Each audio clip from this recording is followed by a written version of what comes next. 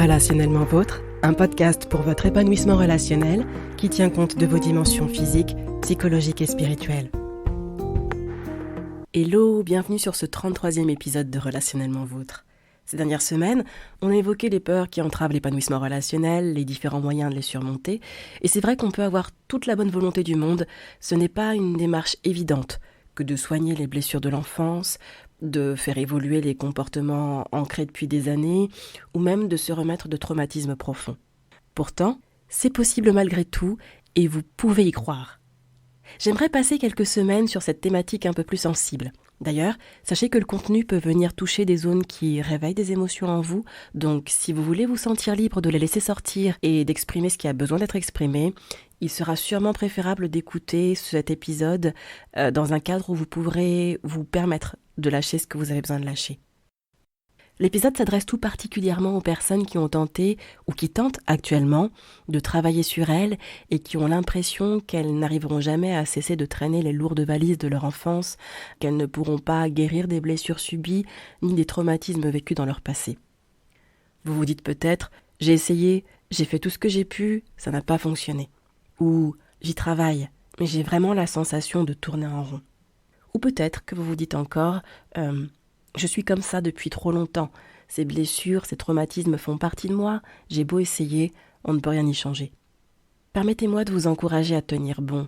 Difficile ne veut pas dire impossible. Croyez-moi, vous pouvez être fiers de vous, de vouloir guérir de ce douloureux passé.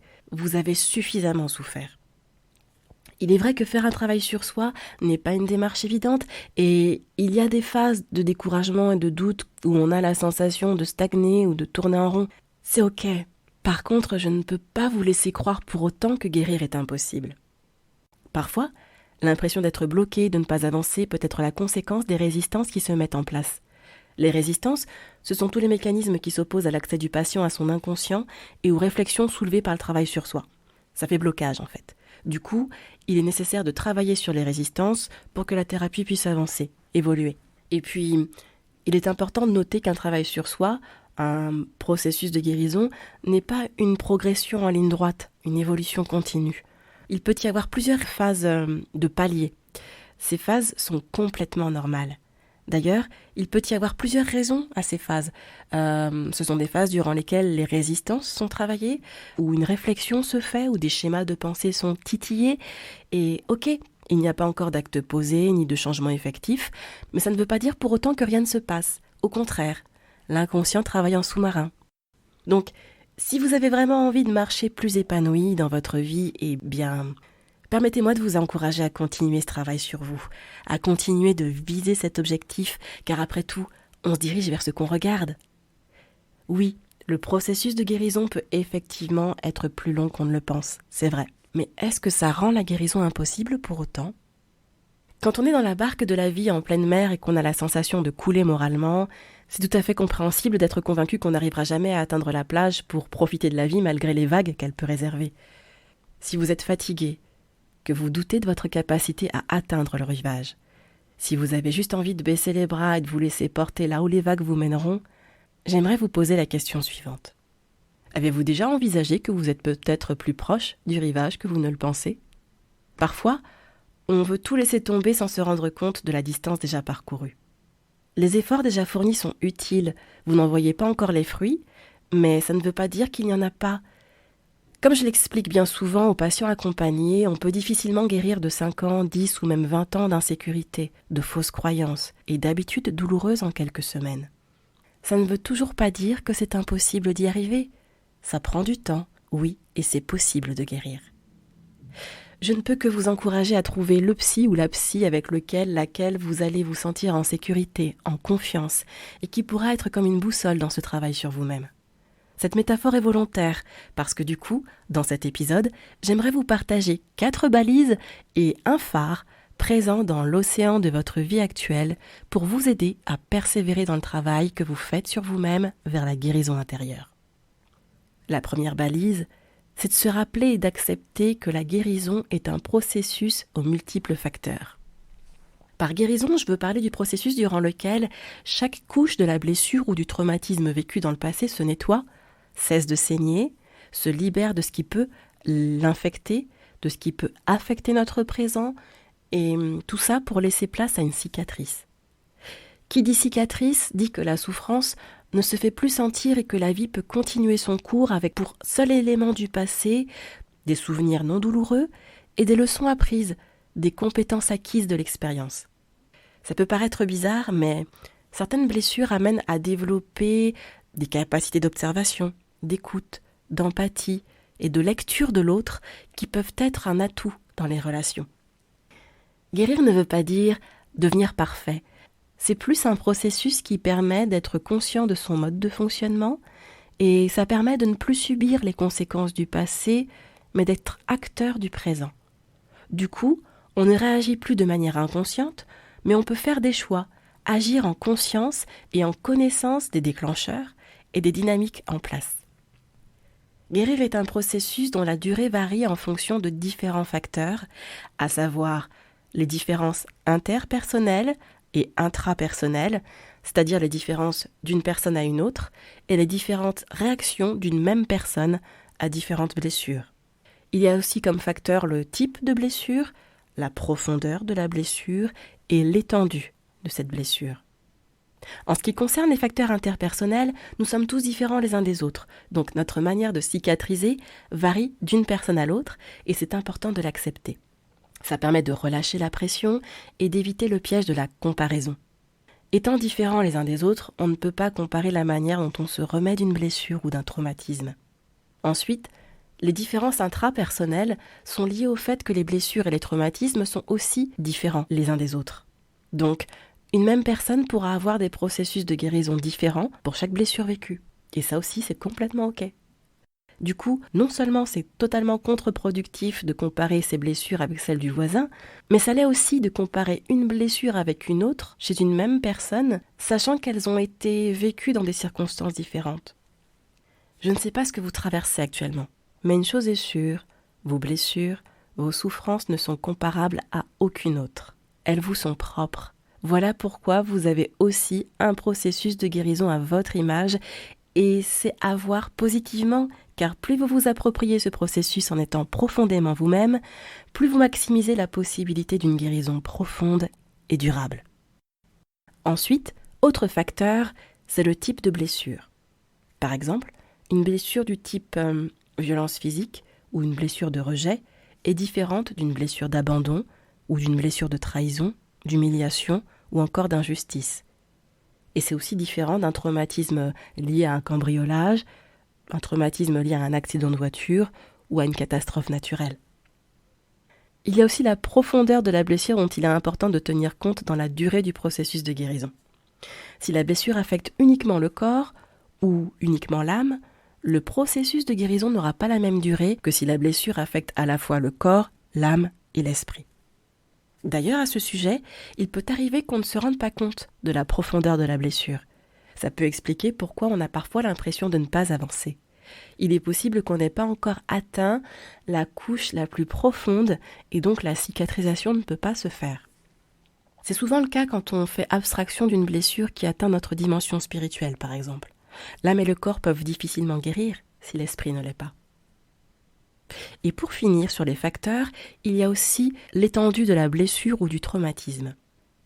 Si ça affecte uniquement des relations amicales, le processus de guérison sera différent de celui quand ça affecte à la fois la relation à soi et les relations avec les autres, par exemple, qu'elles soient conjugales, familiales, amicales ou professionnelles. Chacun des facteurs énoncés est une explication ou un rappel que vous pouvez utiliser pour vous dire « Ok, ça prendra le temps que ça prendra, car c'est nécessaire ». Ce n'est pas du temps perdu, c'est du temps investi en vous-même. Alors surtout, tenez bon. La deuxième balise, c'est de vous rappeler que ce que l'esprit peut concevoir devient possible. Bien souvent, ce qui nous amène à croire qu'une chose est impossible, c'est l'incapacité à se représenter la chose en question. Quand notre esprit se convainc d'une chose, l'âme et le corps font en sorte de lui confirmer qu'il a raison, que ce soit sur un versant positif ou un versant négatif. Par exemple, si vous êtes convaincu que peu importe le temps qu'il vous faudra pour y arriver, vous réussirez à courir 5 km. Eh bien, votre mental et votre corps vont s'accorder pour vous le prouver et vous allez effectivement y arriver. Par contre, si vous êtes convaincu de ne pas être capable de courir 1 km, eh bien, vous allez vous rendre compte que tout va être mis en place pour vous prouver que là aussi vous avez raison. Et ce, jusqu'à ce que quelqu'un vous amène à démonter les fausses croyances que vous pouvez avoir là-dessus et vous aide à reconnaître que vous êtes tout à fait capable de réussir cette course d'1 kilomètre. C'est peut-être difficile de croire que vous pourriez fonctionner différemment, avoir une meilleure estime de vous-même, avoir plus d'assurance, ou même que vous pourriez entretenir des relations saines et sécurisantes. Eh bien, même si c'est difficile à croire, c'est pourtant possible. Rentrer dans le cercle vicieux de « je ne peux pas y arriver » en laissant place à la peur et à vos insécurités est épuisant. Par contre, si vous commencez à vous dire « je vais voir comment faire pour arriver à » et vous mettez l'objectif visé derrière, vous pourriez être agréablement surpris ou surprise du résultat. Imaginons que vous vous dites « j'aimerais guérir de ces blessures de trahison et réussir à partager des relations sans avoir constamment peur d'être trompé ou manipulé, mais c'est impossible, je ne pourrai plus jamais faire confiance à qui que ce soit. » Si vous investissez les ressources que vous avez en termes de pensée et d'énergie à croire que c'est possible, alors vous vous rendrez compte que les idées surgissent dans votre tête sur les moyens que vous pouvez mettre en place pour y arriver. Et puis, comme il n'y a pas de hasard, vous verrez des circonstances se présenter où certaines personnes vont vous parler de la manière dont elles ont travaillé sur elles, des ressources qu'elles ont déployées, utilisées pour progresser, pour gagner en confiance, pour faire à nouveau confiance aux autres, etc. Bien souvent, croire que la guérison est possible est plus une question de choix que de capacité à y arriver. Oui, ça fait peur, et derrière le « je ne peux pas »,« je ne peux plus » ou « je ne veux pas », bien souvent c'est la peur qui parle. La peur du changement, la peur de l'inconnu, la peur de souffrir, la peur de la répétition, etc. Mais si vous mettez tous les éléments de votre côté, en commençant par vous représenter, vous imaginer en train de traverser chacune des étapes de votre processus de guérison avec succès, même si c'est douloureux parfois, c'est vrai, et je ne veux surtout pas minimiser cela. Et que ça prend du temps aussi. Mais en réussissant à vous représenter, vous imaginez traverser ces étapes avec succès, vous avez alors la possibilité de vous prouver que c'est possible, parce que votre être entier, esprit, âme et corps vont travailler en ce sens. Du coup, que dites-vous de croire en votre capacité à cheminer dans ce processus de guérison, étape par étape, à votre rythme, sans aucune pression? Rappelez-vous, ce que votre esprit peut concevoir devient possible. Et comme l'a joliment dit Gustave Flaubert, le seul moyen de guérir, c'est de se considérer comme guéri. La troisième balise, c'est de garder en tête que vous avez les ressources pour y arriver. Vous avez en vous et autour de vous les ressources nécessaires pour soigner les blessures et surmonter ces traumatismes du passé. C'est ce qu'on appelle faire preuve de résilience. C'est le neuropsychiatre Boris Cyrulnik qui a développé ce concept. La résilience est donc cette capacité à rebondir, à renaître de ses souffrances. Et pour y arriver, nous avons ce qu'on appelle des tuteurs de résilience et des facteurs de résilience. Les tuteurs de résilience sont des relations qui vont nous aider à surmonter les traumatismes vécus. Ça peut être un partenaire de vie, un membre de la famille, un ami, un mentor, un coach, etc. Les facteurs de résilience sont des éléments qui vont favoriser le rebond. Par exemple, il y a des personnes qui vont être génétiquement équipées pour naturellement sécréter plus d'hormones de la joie, du bonheur, du bien-être. Ou bien il y a des personnes qui vont avoir de grandes capacités d'adaptation. Et puis il y a d'autres exemples de facteurs de résilience tels que l'optimisme, le sens de la moralité, la spiritualité, l'humour, le fait d'avoir un modèle, la capacité de faire face à sa peur, le fait d'avoir une mission, un objectif, ou même tout simplement le fait de faire du sport. La liste n'est pas exhaustive. Libre choix à vous de faire votre liste de facteurs de résilience, toutes ces qualités, ces compétences, cette foi, ces caractéristiques qui vous sont propres, que vous pouvez utiliser pour guérir ou du moins pour vous aider dans le processus de guérison. D'ailleurs, puisqu'on a parlé de ces relations sécurisantes qui contribuent au processus de guérison, autrement appelées les tuteurs de résilience, j'en arrive à la 4e balise. Cette balise, c'est de vous rappeler que vous n'êtes pas seul. Non seulement il y a ces relations dont on vient de parler, qu'il s'agisse d'un partenaire de vie, d'un membre de votre famille, d'un ami, d'une relation d'accompagnement. Et si vous vous sentez seul malgré tout, eh bien, vous pouvez envoyer un message à Relationnellement Vôtre. On fera le point ensemble pour voir comment vous pouvez traverser ce processus en ayant du soutien. Vous pouvez envoyer un message à relationnellementvôtre@gmail.com. La solitude est un mal très pesant. Rien ne vous oblige à y rester. Vous n'êtes ni un poids, ni une charge pour les autres. Chacun de nous peut traverser des moments difficiles à différents degrés et quels qu'ils soient, rien que le fait d'être entouré allège la charge et calme la douleur. Les relations ne sont pas là que pour les moments de rire et de joie, n'est-ce pas ? Alors bon, j'entends déjà certains de vous réagir en disant « Mais chacun a son lot de soucis et de problèmes à gérer, je ne vais pas rajouter les miens. C'est ma vie, c'est à moi de me débrouiller pour aller mieux. Personne ne peut rien y faire.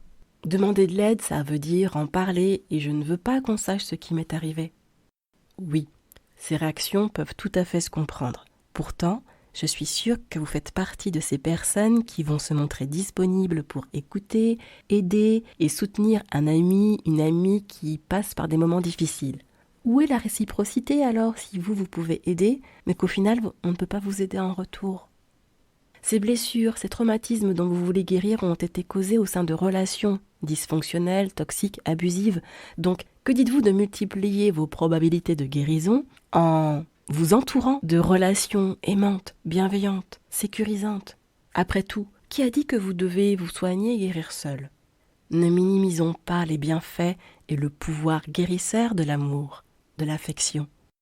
Des relations saines peuvent favoriser la guérison en vous montrant que vos besoins peuvent y être comblés, que ce soit le besoin de sécurité, à savoir sentir que la relation en question ne fera rien qui puisse vous mettre en danger, mais qu'au contraire, cette personne sera là pour vous protéger en cas de besoin. Il y a aussi le besoin de stabilité, savoir à quoi vous attendre de l'autre et savoir que, quelle que soit la situation, le lien ne bougera pas, il n'y aura ni éloignement ni rupture du lien. Ensuite, il y a le besoin de soin, le fait que l'autre est attentif à vos besoins et est capable d'y répondre de manière adaptée. Il y a aussi le besoin d'acceptation, se savoir et se sentir aimé tel qu'on est.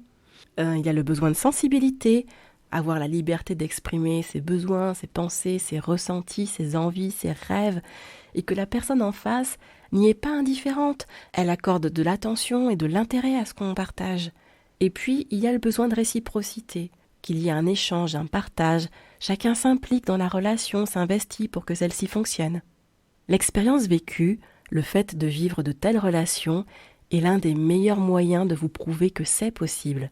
Non seulement vous pouvez guérir, et vous pouvez aussi partager des relations sécurisantes, retrouver confiance en vous, en l'autre.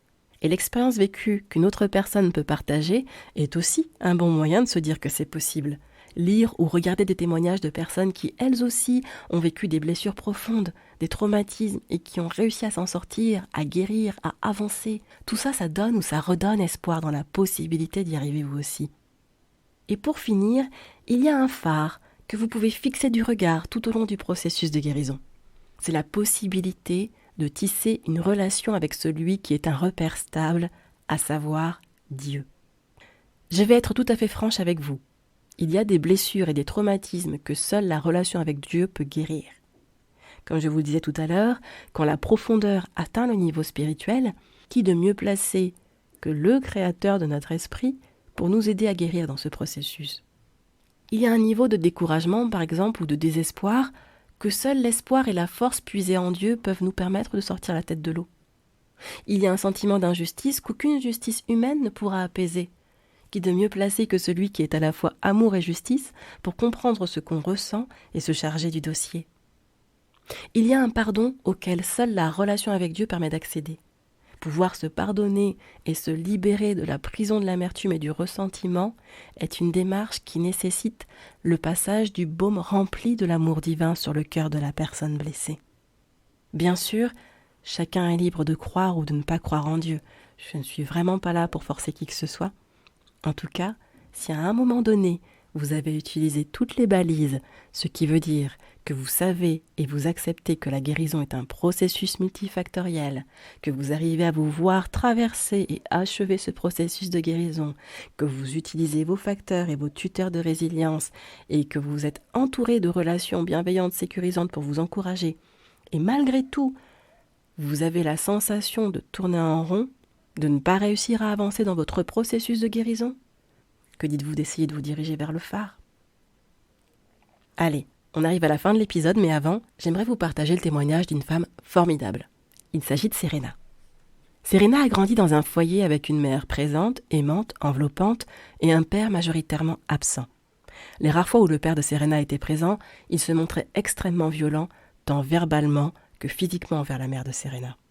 Un jour, la mère de Serena a eu le courage de quitter cet homme. Ça ne s'est pas fait sans mal pour Serena, qui n'a plus eu de nouvelles de son père pendant longtemps, et elle était partagée entre le sentiment d'être abandonnée par son père et le soulagement de ne plus voir sa mère souffrir. La mère de Serena a refait sa vie avec un homme dont elle ne soupçonnait pas qu'il abuserait de sa fille. Serena a gardé ses abus secrets pendant plusieurs années, mais elle en subissait quotidiennement les conséquences à travers différents symptômes physiques et psychologiques qu'elle tentait de cacher de toutes ses forces. L'estime de soi, la confiance en soi de Serena ont été ébranlées, et ses abus de son beau-père, en plus de l'image qu'elle avait de son père, l'ont exposée à de sérieuses difficultés dans son rapport aux hommes. Serena avait profondément envie de se sentir aimée, de se poser dans une relation de couple, de fonder une famille.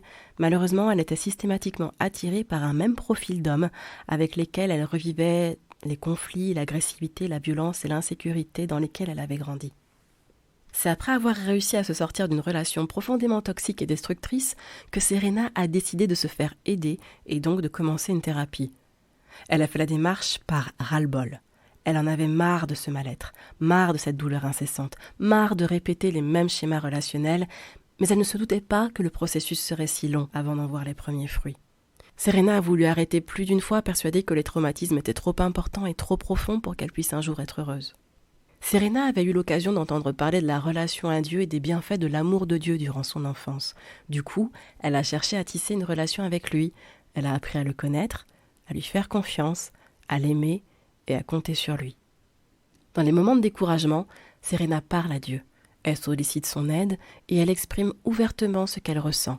Elle admet qu'elle ne sait pas comment elle aurait fait sans Dieu dans sa vie. Elle s'est accrochée, elle a persévéré dans la psychothérapie, elle a commencé à voir tous les premiers signes d'évolution dans la thérapie au bout de plusieurs mois de travail. Elle a accepté de se pardonner de ne pas en avoir parlé. Elle a réalisé qu'elle osait dire non plus souvent et elle voyait à travers des détails du quotidien qu'elle commençait à gagner en estime et en confiance en elle. Serena a réalisé que son activité artistique, en parallèle de son travail auprès des gens, et puis aussi son côté solaire et pétillant, ont contribué à sa persévérance. Elle a aussi de précieuses relations familiales et amicales sur lesquelles elle a pu compter et continue à compter alors qu'elle avance de plus en plus loin dans le processus de guérison. Aujourd'hui, Serena réussit à tisser des liens plus sécurisants avec le sexe opposé, que ce soit sur un plan amical ou amoureux. La communication non violente a pris la place du renfermement et de l'agressivité. Elle réalise que tous les hommes ne sont pas comme ceux qu'elle a pu rencontrer auparavant. Elle apprend pas à pas, très progressivement, à son rythme, à accorder sa confiance.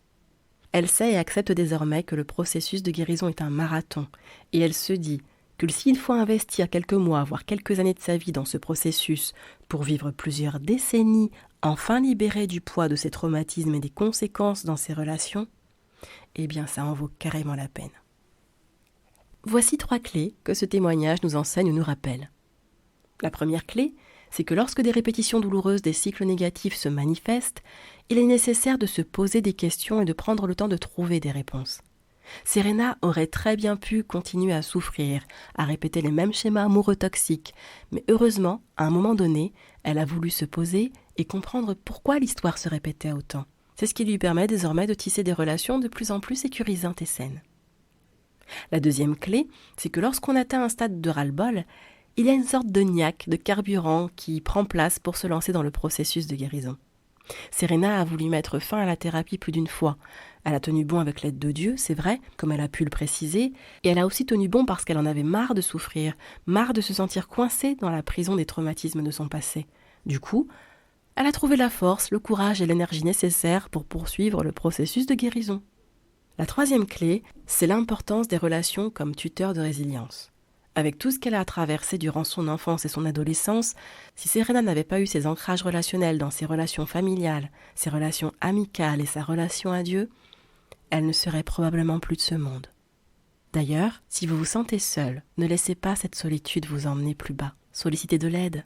Et si vous ne savez pas qui solliciter, quoi mettre en place, eh bien vous pouvez envoyer un message à relationnellementvôtre@gmail.com. Voilà. On arrive à la fin de ce 33e épisode du podcast. Si vous avez des questions, si vous voulez partager un témoignage qui confirme que guérir des blessures et des traumatismes du passé est bien possible, vous pouvez envoyer un message à Relationnellement Vôtre, soit directement sur le site www.relationnellementvôtre.fr ou à l'adresse mail que je viens de vous citer. On se retrouve la semaine prochaine avec un nouvel épisode au cours duquel je vous expliquerai quels peuvent être les points de blocage, les obstacles à surmonter dans le processus de guérison. Après tout, quand on est préparé à une difficulté et quand on arrive à cerner le problème, il devient plus facile de le solutionner, n'est-ce pas ? Allez, on approfondira tout ça la semaine prochaine. En tout cas, d'ici là, prenez bien soin de vous. Relationnellement Vôtre.